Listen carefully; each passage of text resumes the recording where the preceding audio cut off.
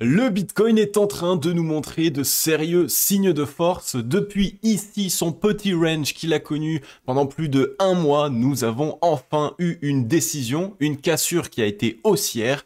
Et vous allez voir avec moi dans cette émission que le Bitcoin nous partage des signaux techniques qui nous montrent clairement qu'il a de la force et qu'il peut continuer ce mouvement haussier. Donc restez bien avec moi jusqu'au bout de cette émission, c'est ce qu'on va aller voir ensemble. On va analyser le Bitcoin en weekly, on va passer Ethereum, on ira voir le crypto total et on conclura par le dollar. Alors les amis, si le menu vous plaît, restez bien avec moi jusqu'au bout de cette émission parce que c'est ce qu'on va aller voir tout de suite. Even when you feel low, you can still go. Even when you feel slow, you can still go.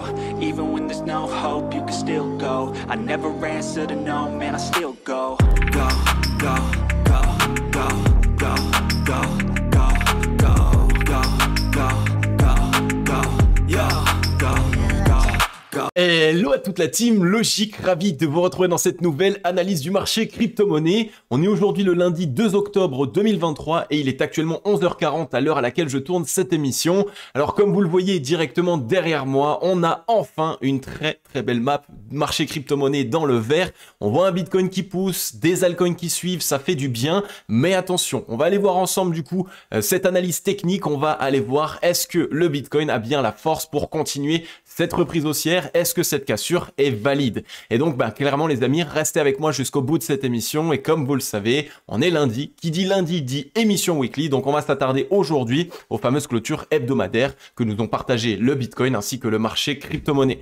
Juste avant d'entamer, n'hésitez pas à laisser votre meilleur like et votre meilleur commentaire. Clairement, ça soutient la chaîne et ça fait extrêmement plaisir. Et je voulais tout simplement vous dire que ne vous inquiétez pas, vous avez largement explosé la barre des 120 likes de l'émission précédente, donc de l'émission sans analyse technique dans laquelle je vous partage juste l'analyse psychologique du Bitcoin. Donc il y aura bien une version 2 et la V2 sera directement demain. Donc vraiment restez branchés, abonnez-vous, activez la cloche pour être sûr de ne pas louper cette partie 2 qui est encore plus intéressante puisqu'elle va vous permettre de concrètement savoir là actuellement sur le Bitcoin quelle est la psychologie du marché, à où est-ce qu'on s'en trouve clairement dans les cycles psychologiques. On va pas en parler plus longtemps que ça, on va passer directement dans les choses sérieuses. Petite revue globale du marché crypto-monnaie pour cette introduction. Un Bitcoin qui pousse 4,1% de hausse, ça fait extrêmement plaisir. Ça s'est joué hier directement à l'ouverture marché asiatique. Dimanche 23h, on a eu une très belle bougie qui nous avait passé des 27 000 directement aux 28 000 dollars. Donc le Bitcoin qui est venu trouver une décision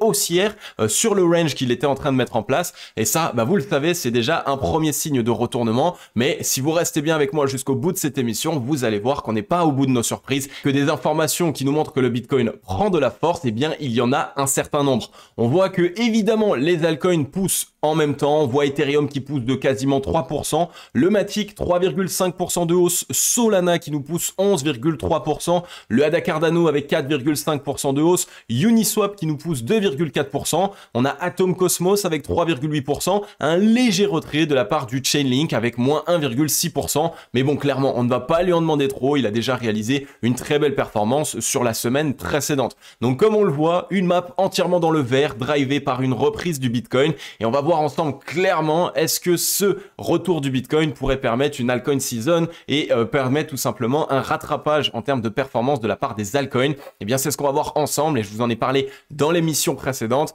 Clairement, on a beaucoup de signaux qui nous montrent qu'on pourrait avoir une belle reprise des alts. Donc, essayez en ce moment de se positionner sur les alts et de renflouer certaines positions pourrait être une très bonne décision. On va aller directement sur le Scalpex Index, mais juste avant, en introduction d'émission, les amis, je vous rappelle que j'ai sorti une formation complètement gratuite pour vous aider, pour vous accompagner sur l'investissement crypto-monnaie. Donc, n'hésitez pas à la télécharger, c'est tout à fait gratuit. Vous allez pouvoir la télécharger avec le lien dans la description, celui qui s'affiche aussi peut-être juste en dessous, ainsi que dans les commentaires épinglés. À l'intérieur de cette formation, vous allez obtenir les secrets du top 1% des investisseurs crypto-monnaies pour générer des rentes passives sans perdre son capital. Donc c'est une formation qui va durer sur 5 jours. Tous les jours, vous allez obtenir un cours ainsi qu'un passage à l'action.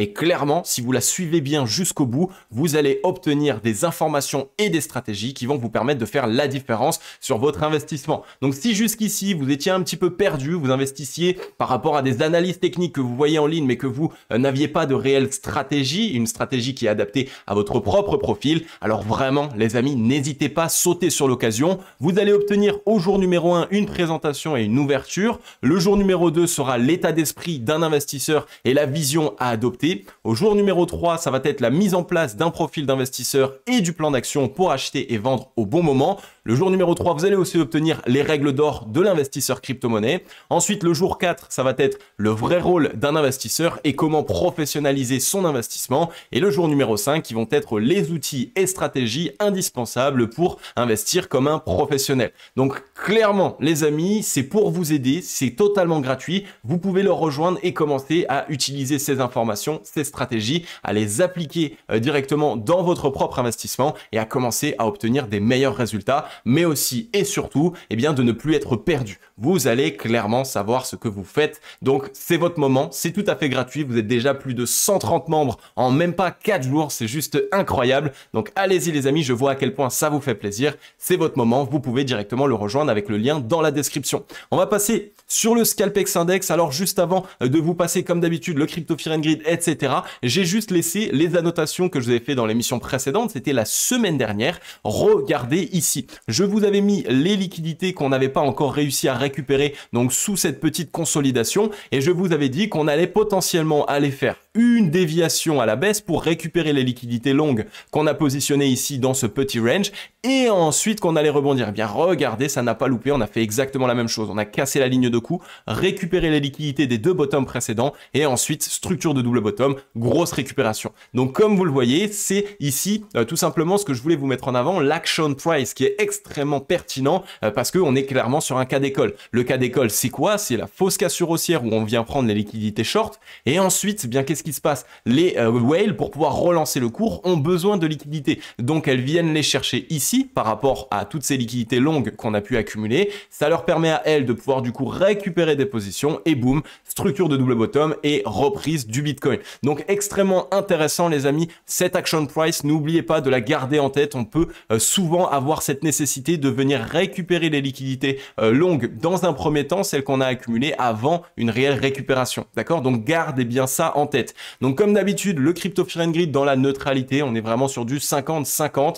50% du marché pense qu'on va partir plus haut, 50% du marché pense qu'on va partir plus bas. Mais étant donné qu'on vient actuellement d'avoir la décision, si on n'a pas de réintégration directe dans les jours à venir, alors on a une forte probabilité que du coup, les whales se disent qu'elles ont plus d'intérêt à aller liquider les shorts.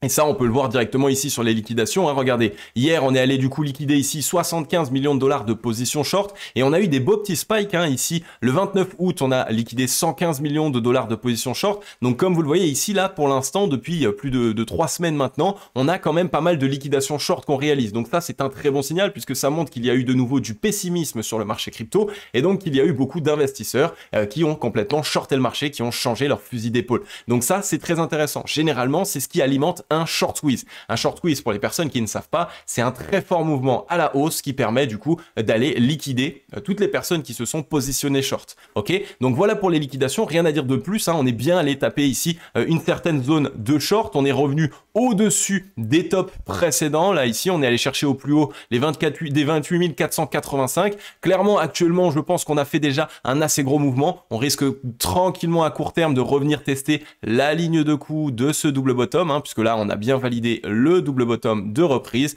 Donc, il nous faut un retest sur la ligne de coup et ensuite, on pourrait normalement devoir tout simplement avoir la possibilité d'aller s'attaquer aux liquidités précédentes. Pourquoi est-ce qu'on le ferait? Eh bien, regardez ici, toutes ces liquidités ici qui nous attendent hein, chez les shorts qu'on n'a pas encore liquidées. Donc clairement, on a beaucoup d'argent qui se trouve dans cette zone. Donc ce serait déjà la première zone qu'on pourrait aller chercher. Et en plus, hein, bah, évidemment, vous le savez, toutes les personnes qui avaient positionné ici leur stop loss depuis ce range ici, eh bien pour les personnes qui n'ont pas mis de très gros leviers, ils sont sans doute juste au-dessus ici des 29 700 $. Et d'ailleurs, on a même la fameuse zone des 30 000 $, grosse zone de résistance, donc c'est une zone dans laquelle il risque d'y avoir aussi pas mal de stops. Donc très intéressant ce qu'il se passe actuellement sur le Bitcoin. On est sur un gros W de reprise. Clairement, si aujourd'hui on vient juste retester les 27 404 $, mais qu'on tient cette zone en tant que support, alors on a du coup une vraie tendance haussière saine qui se mettrait en place et ça nous permettrait d'avoir une belle reprise sur le Bitcoin.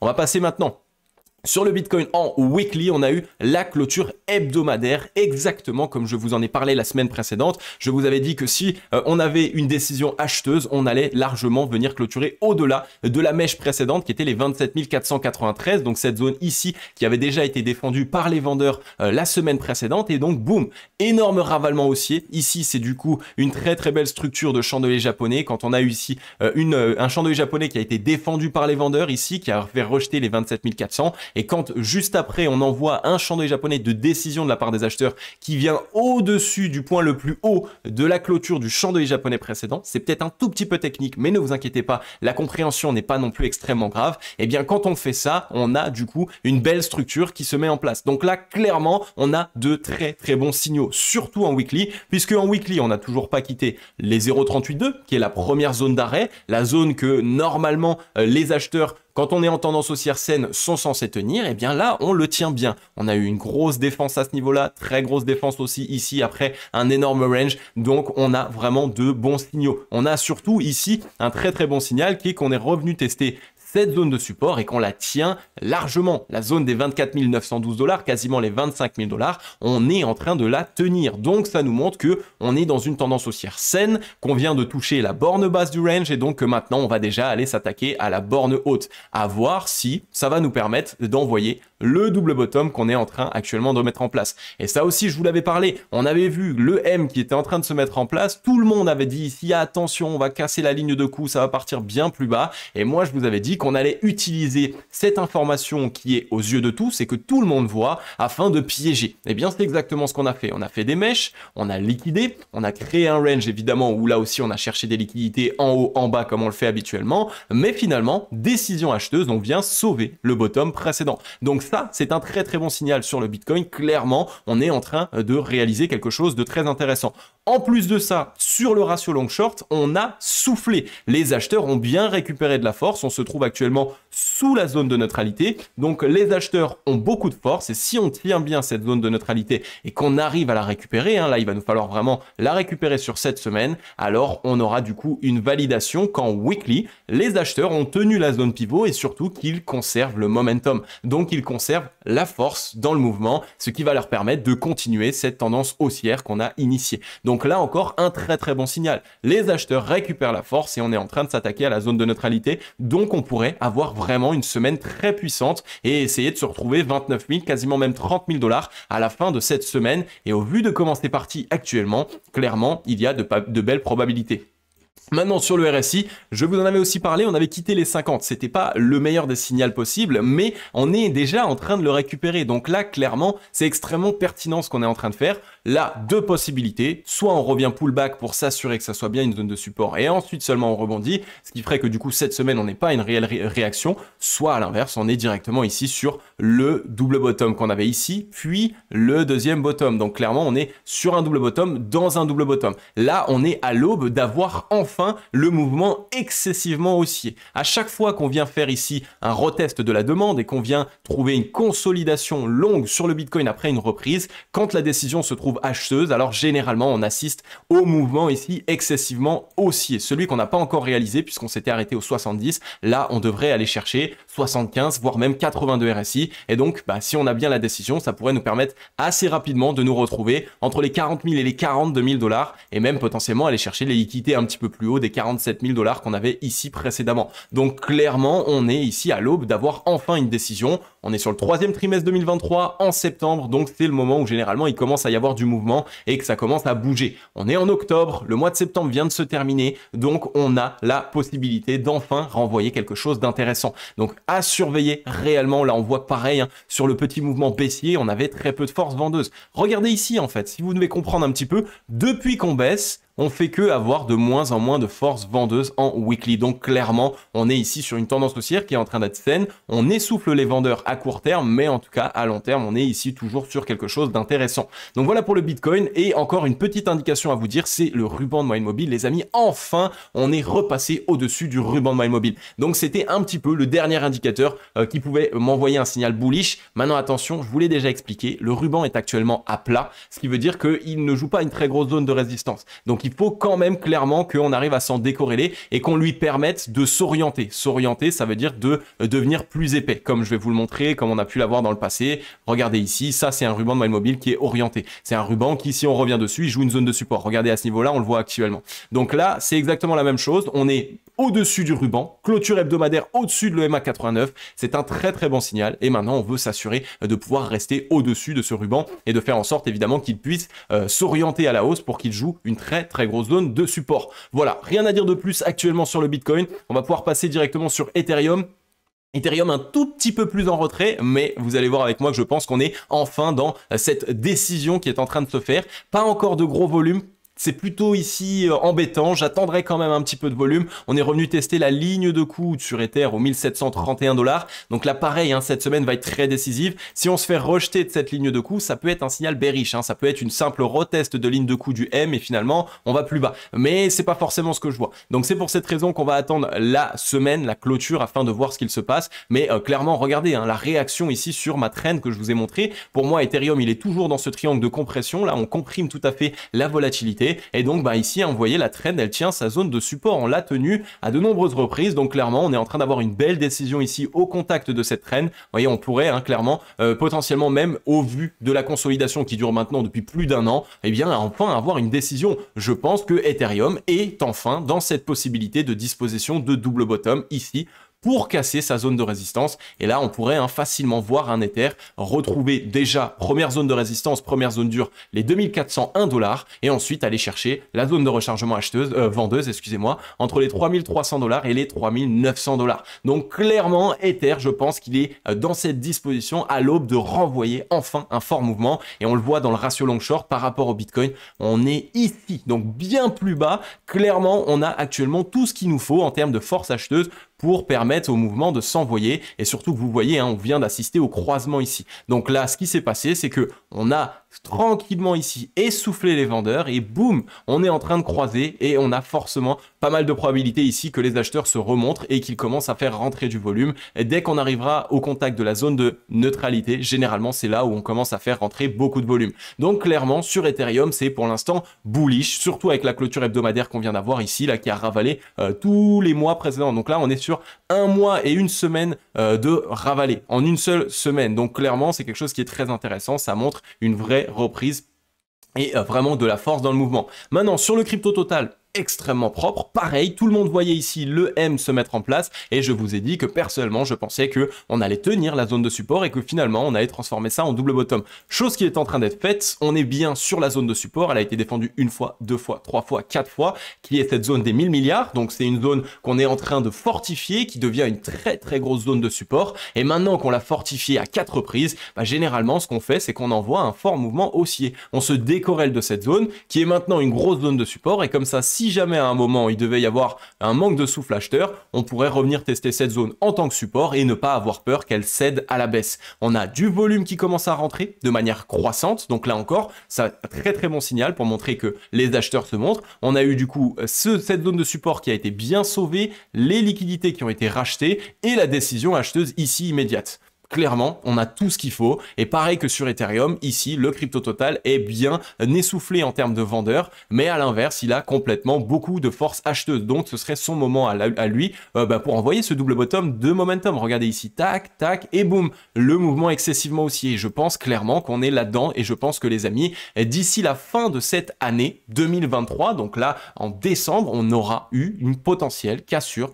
de cette zone et qu'on pourra déjà être en train d'essayer de rattraper une partie du mouvement baissier précédent. Donc clairement, attention à toutes ces personnes qui vont rater le train. À vous de vous poser les bonnes questions. Je ne vous donne pas de conseils en investissement, je ne vous dis pas forcément d'acheter, je vous dis si vous aviez du capital que vous souhaitiez déployer, mettez pas 100% de votre capital maintenant, mais prenez déjà une partie de votre capital et déployez-le. Il y a de très belles zones de prix, des zones extrêmement intéressantes qui sont sous-évaluées. Le fait d'acheter quand le marché est sous-évalué, ça vous envoie aussi beaucoup plus de probabilité d'avoir un investissement réussi. Donc ne faites pas cette erreur de complètement rater le train, surtout si ça fait maintenant plusieurs semaines, plusieurs mois, même potentiellement années, que vous êtes en train d'attendre ce point d'entrée. D'accord? Donc à surveiller, là pareil, on vient de récupérer les 52 RSI, très très bon signal. Je pense clairement que cette semaine va être une grosse semaine. On va voir sur le ruban, on est en train de s'attaquer au ruban.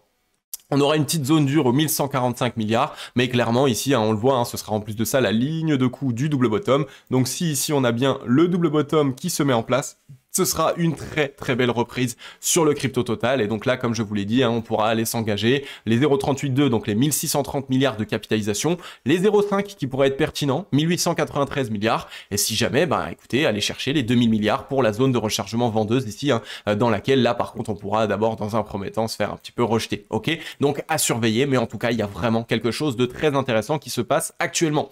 Maintenant, on va passer sur le dollar. Le dollar, lui, il peut faire le rabat-joie. Malheureusement, regardez-moi ça, c'est complètement dingue. Là, on est sur 1, 2, 3, 4, 5, 6, 7, 8, 9, 10, 11.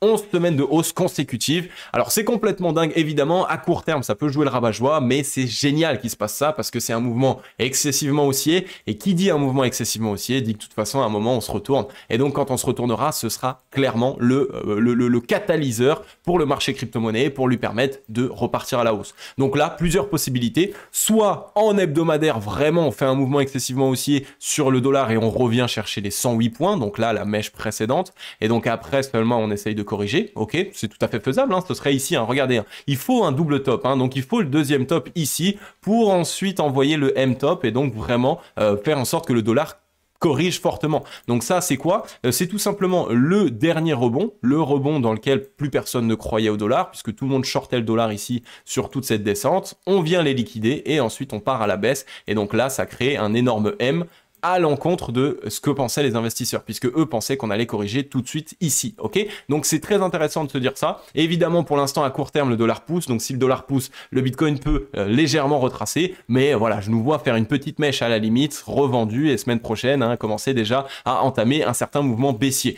Pourquoi est-ce que je dis ça? Parce que ici, en weekly, on ne le voit pas trop, ok? On arrive ici non loin de la zone de surachat, donc les acheteurs n'ont quasiment plus de force, mais en soi, en weekly, il reste encore un tout petit peu de force qu'on pourrait utiliser. Par contre, en daily, c'est complètement cramé, regardez-moi ça, ça fait plus ici, ça fait donc depuis le 30 août, donc ça fait un peu plus de un mois et quelques que le dollar est actuellement complètement surévalué et suracheté. Donc, on fait en sorte ici de se dire, ok, en weekly, il reste un tout petit peu de force, mais comme vous le voyez, ça va nous permettre de nous rapprocher de la zone dans laquelle les acheteurs n'auront plus de force, donc de surachat, mais dans laquelle surtout les vendeurs pourront facilement reprendre la main et renvoyer un mouvement excessivement baissier. Donc ça ferait tout simplement quelque chose comme ça. Oups. Et ensuite on repart à la trappe. Et donc là on a bien le M-top qui se valide et ça ce sera extrêmement bullish pour le marché crypto-monnaie. Et si on va sur le RSI, écoutez pour l'instant c'est pareil. On est un petit peu au milieu de nulle part ici.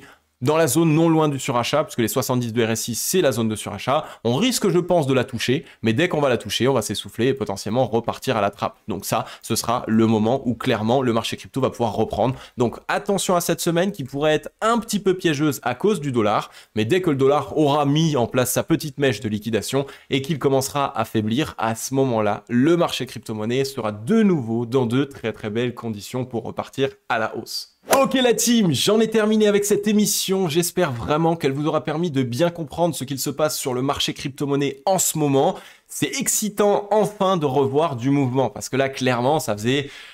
j'ai envie de dire 4, 5, 6 mois facilement où en réalité on était dans un énorme range, il ne se passait pas grand chose. Là on a enfin une potentielle décision qui se prend sur une zone de support clé. On commence à avoir du gros volume, ça je vous le montrerai dans l'émission prochaine parce que on était plus à court terme et donc on a du gros volume en 4 heures, en 15 minutes qui est rentré. Donc à surveiller. Mais en tout cas on a de très très belles informations. Donc clairement s'il y a un moment pour vous pour essayer de vous former et en plus de ça de vous former gratuitement, c'est bien maintenant. maintenant. Donc n'hésitez pas les amis à rejoindre ma formation gratuite, le baptême de la cryptologie expérience investissement. Le lien est en description, il est aussi en commentaire épinglé, vous pouvez nous rejoindre totalement gratuitement, mais ce n'est pas pour rien. Vous allez accéder à des informations, des outils, des stratégies d'investisseurs insiders, mais qui vont vous accompagner tout au long de votre vie d'investisseur. Donc si vous voulez là maintenant préparer au mieux votre portefeuille d'investissement pour le bull run qui arrive, il n'y a pas meilleur timing. Je vous le sors pour vous maintenant, même si je sais que techniquement de mon côté, vu que la visibilité sur le marché crypto-monnaie est au plus bas, ce n'est pas le meilleur moment, mais je sais que pour vous, c'est le meilleur moment pour vous permettre d'obtenir des résultats. Donc les amis, clairement, sautez sur l'occasion, sautez sur cette opportunité. Il y a très peu de gens qui vous offrent des formations gratuites, surtout aussi poussées que celle-ci. Moi, je le fais parce que clairement, vous êtes au top et parce que je vous kiffe et j'ai envie que vous puissiez obtenir des résultats, vous aussi, sur le marché crypto-monnaie. Donc, c'est votre moment maintenant. Je ne peux pas passer à l'action pour vous. Et comme d'habitude, comme je vous l'ai dit en introduction d'émission, demain, on aura du coup la partie 2 de cette analyse psychologique dans laquelle on va voir ensemble, OK, à où en est le Bitcoin en termes de phase psychologique. Extrêmement importante cette vidéo. Clairement, ça va vous aider à bien mieux vous repérer. Donc, les amis, comme d'habitude, je vais vous dire à demain dans la prochaine émission. Je vais vous souhaiter à tous et à toutes une agréable journée ou une agréable soirée. C'était Cryptologique. Ciao!